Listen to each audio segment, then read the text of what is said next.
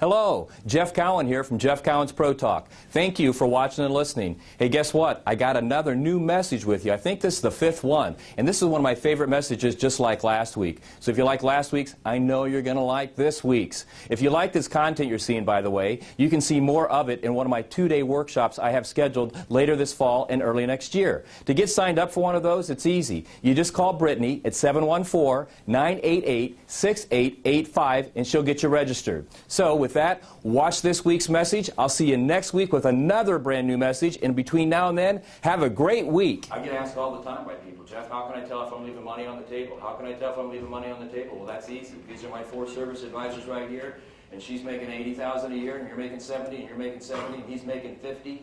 What do we know about the service drive?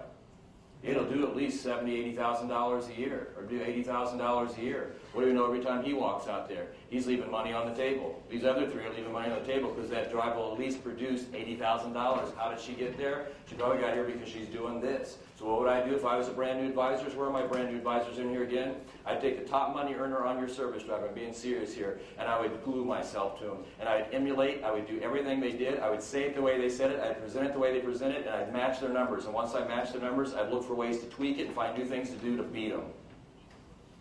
And you will. And there's no shame in that, because here's the way I've always approached any selling job that I'm involved in.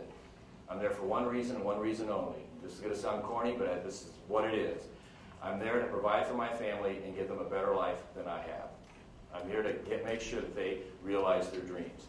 That's why I'm here. And if I got to stand out there for 10 or 12 hours a day, I don't have any problem doing that. But if I'm going to stand out there, I'm going to determine how much I'm going to make. And I'm going to work it for everything I can get. I'm not going to rip people off. I'm not going to push them. I'm not going to sell them stuff they don't need. I'm not going to twist their arm. But I'm going to work it as much as I can, as a professional salesperson would. And I'm going to get the most amount out of that opportunity that I can get.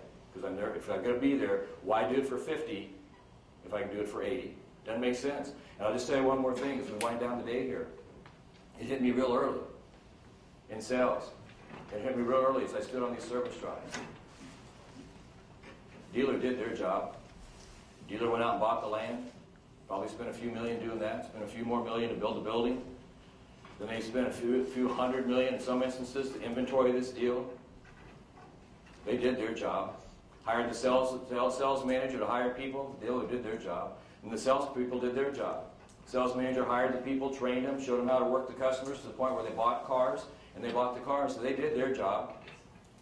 Service manager did their job because they contacted the customer either through social media or writing them a letter or calling them or having somebody do it. They got the customer in here, so they did their job. It's not the customer's here standing in front of me. It was up to me to determine what this job was going to be worth. Is it going to be a $10 an hour job, 20, 30, 50?